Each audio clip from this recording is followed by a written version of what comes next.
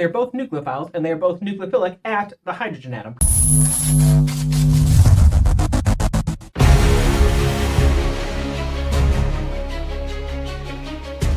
Lithium aluminum hydride and sodium borohydride are very similar reagents, but they're not completely interchangeable.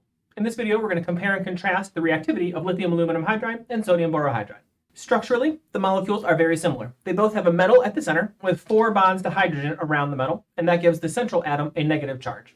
Seeing the negative charge makes me think that these molecules are likely to be nucleophiles. But the negatively charged atom is not the nucleophilic atom in this situation.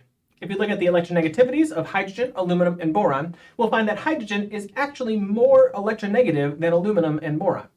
That's unusual. Hydrogen's not usually more electronegative than much else, but it is more electronegative than aluminum and slightly more electronegative than boron. That means the bond is a polar bond with the electron density located on the hydrogen, not the central metal. So yes, these molecules are similar. They're both nucleophiles, and they are both nucleophilic at the hydrogen atom, not at the metal atom. They're also similar in how they are used. They're both used to reduce carbonyls, but from here, their reactivity differs a little bit, and let's take a look at those differences.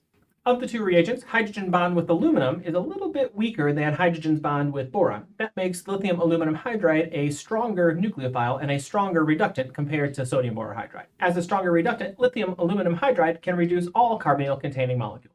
By contrast, sodium borohydride is a weaker reductant and can only practically reduce aldehydes and ketones. Yes, it can reduce acid chlorides and anhydrides, but nobody really uses it this way. We really pretty much limit sodium borohydride to aldehydes and ketones.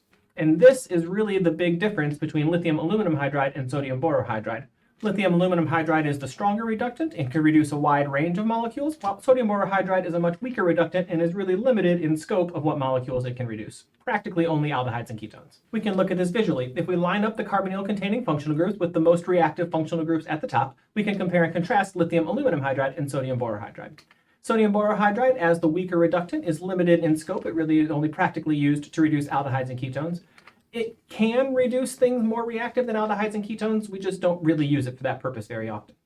By contrast, lithium aluminum hydride can reduce all of the carbonyl-containing functional groups, and they reduce them to alcohols, with one exception. The amide, because nitrogen is a bad leaving group when it leaves as N-, the amide functional group when reduced with lithium aluminum hydride is reduced to an amine, not to an alcohol. I have a separate playlist with videos for all of these reactions that I'll link to down below. Where we want to be careful with reagent choice is if there's both an aldehyde or ketone and an acid derivative in the same molecule. If we use sodium borohydride, the weaker reductant, it will only react with the ketone, reducing it to an alcohol, but leaving the ester unchanged. Whereas the stronger reductant will reduce both the ketone and the ester both to the alcohol functional group.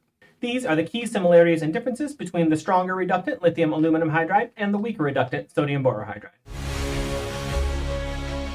Thanks for watching. If you like what you saw today, maybe let your instructor know about these videos, or your friends at other schools.